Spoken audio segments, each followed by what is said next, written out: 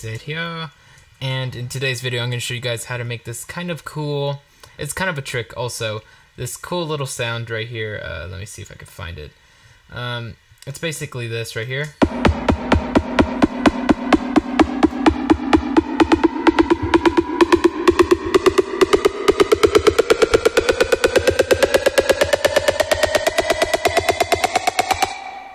It's basically a little plucky kind of percussive riser. So I'll show you guys how I made that, and I'll also show you how I used it here in the drop as well. It sounds really cool there as well. So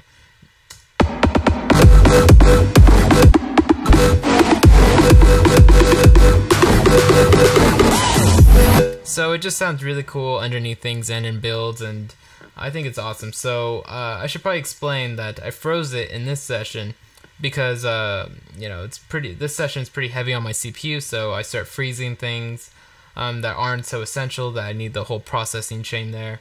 But yeah, this is basically a template that'll be on my website next Saturday for $10, so check that out when it's out. And every weekend I'll try to release new products and things like that on my web store, so FYI. So now let's go back to the previous version of this session. So this is called Freeze 1 because this is the final done version of this session. So this is the done version. So now we need to go back to the previous version where a few things are not frozen. So now we can see that silent, a wow filter, kickstart, and a few other things, but it's really simple sound.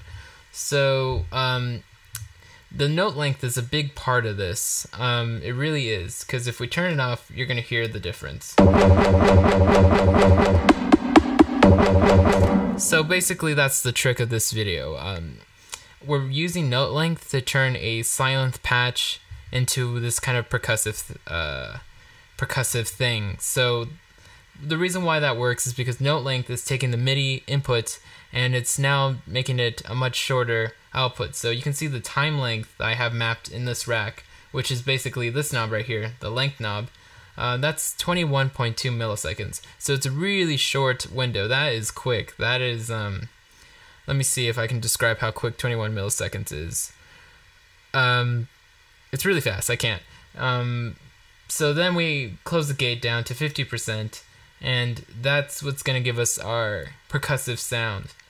And you can play around with this a lot. There's a lot of good positions that I wanted to leave this in, but I just had to stop myself from tweaking it anymore, and that's where I landed on it. And then you see that we have the pitch right here behind it, the pitch plugin. So again, all these three plugins you can find are in the MIDI effects. So we got the scale, the pitch, and note length. So the scale is there just for fun. You don't really have to include it if you don't want to, because we're going to automate the pitch anyway. So I don't know. I guess I threw it on there thinking I would need it.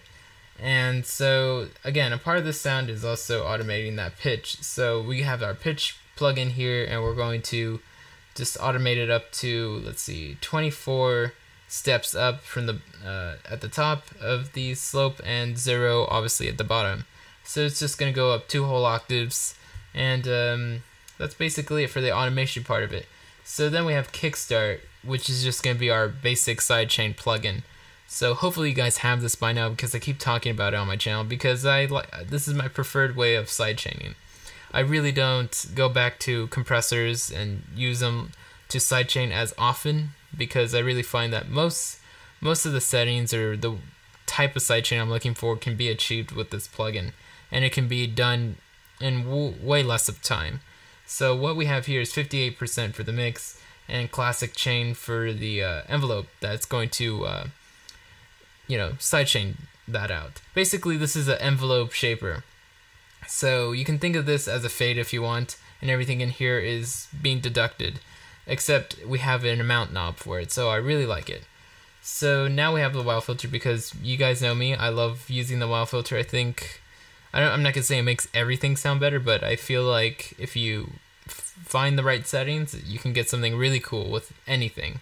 So this is a preset of mine in case you have my my user settings. If you bought my Growl Racks pack, I think that's the pack where you can get my my settings for that. And let's see, the overdrive is at the barely past the second line here after 0. So there's the 0 line, and then the first line, and then the second line. And the cutoff is kind of like that as well, except it's before the second line a little bit. So 44 is that line, then a line after that, and then there's that line, and this is kind of pointing a little bit before that. And we also have some envelope follower on the cutoff, just to kind of move around that cutoff ever so slightly, just to kind of shake that knob. I think it's a cool little way to make it even more interesting, even if you can hear it or not. I always think you should always play around with these things anyway. So let's see. The envelope follower settings, we got the frequency range off, we got the attack at 1.2 milliseconds, release at 14.6, and the gain I think is where it is by default at -0.9 dB, or unless I brought it down a little bit.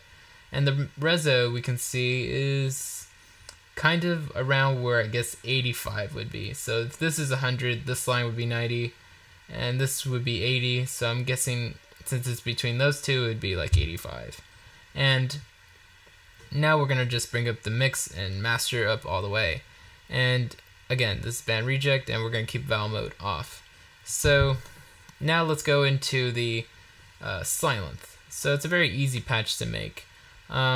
It's going to sound way different if you're doing this with the note length off, so you probably want to add note length first, and even wow filter first, and work your way into it.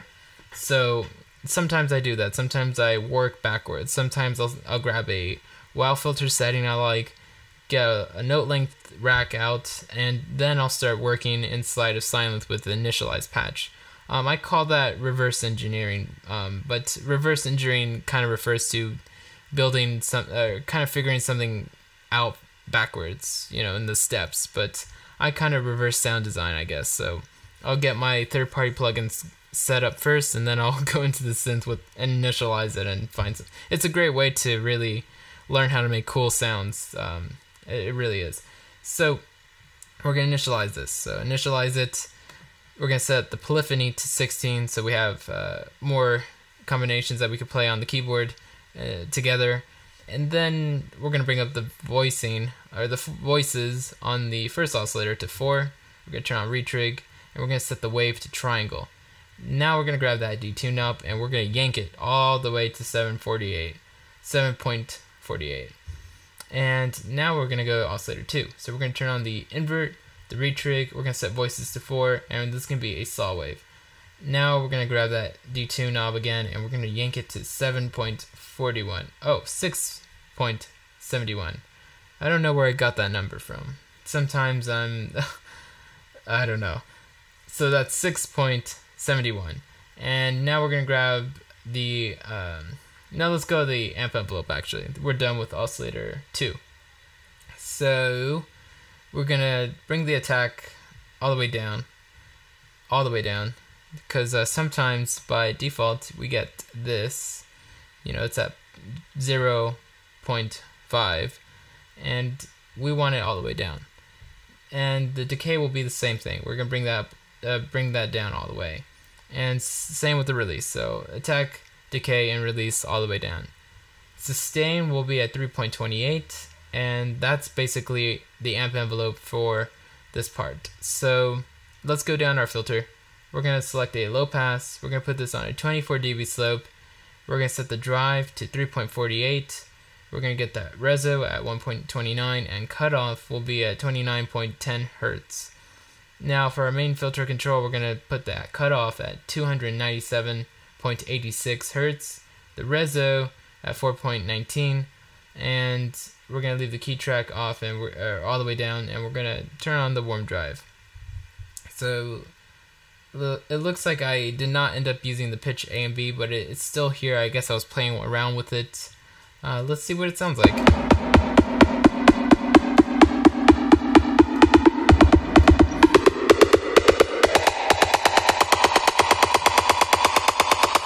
It could sound cool like that. I don't know. I guess I was playing around with it, had too much attack on it. If you like playing with that, here are the settings if you like how it sounds right now.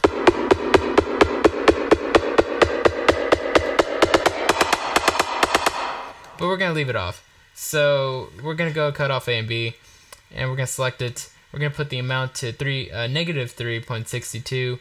Our attack is at 2.58, 59.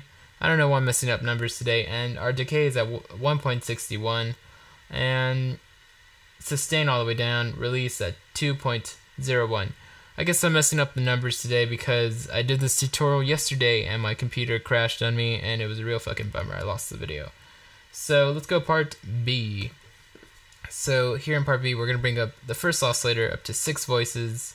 We're going to select a triangle wave, and we're going to turn on that retrigger. And we're going to get that detuned to 5.38. And now let's go oscillator 2. We're going to set this to 3 voices, saw wave, invert, and retrig are on. And we're going to bring it down an octave. And we're going to pull back the volume to 4.29. And the detune is at 7. And that's it for the oscillators. So now let's go to the amp envelope of B. We're going to have the attack all the way down. Decay is at 0.23. And the sustain is at 3.28. And that release is all the way down as well. Now for our filter B, we're going to select a low pass, 24 dB slope. We're going to bring the drive to 2.95, reso all the way down. Cutoff is at 82.69 Hertz. Now, that's basically it. So let's go to the distortion here. We're going to get fold back here as our type. And we're going to bring the amount to 7.57, dry wet up all the way. EQ, we're going to bring down the bass and bass frequency all the way down. We're going to bring that treble up all the way, and the frequency for that will be 915.55 Hertz. And of course we added a little bit of reverb, and so that reverb will be at 40% for the dry wet, damp up all the way, pre-delay all the way down. Size was brought back to 4.98, and the width is up all the way. And mono legato is on, so actually the voicing doesn't really matter.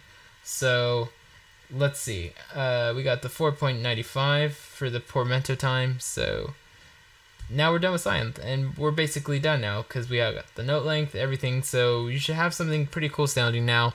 And I use it as a riser, but what I want you to take away from this video is that you can make note length make a lot of synths sound really cool and really percussive. So if you're having trouble with percussive layers or things that kind of bring in a lot of attack as a good layer, this is a good way to kind of turn a lot of our synths or your favorite presets that have long bass kind of things going on into cool, plucky, percussive stuff. So you can hear what the original sounds like without the note length on.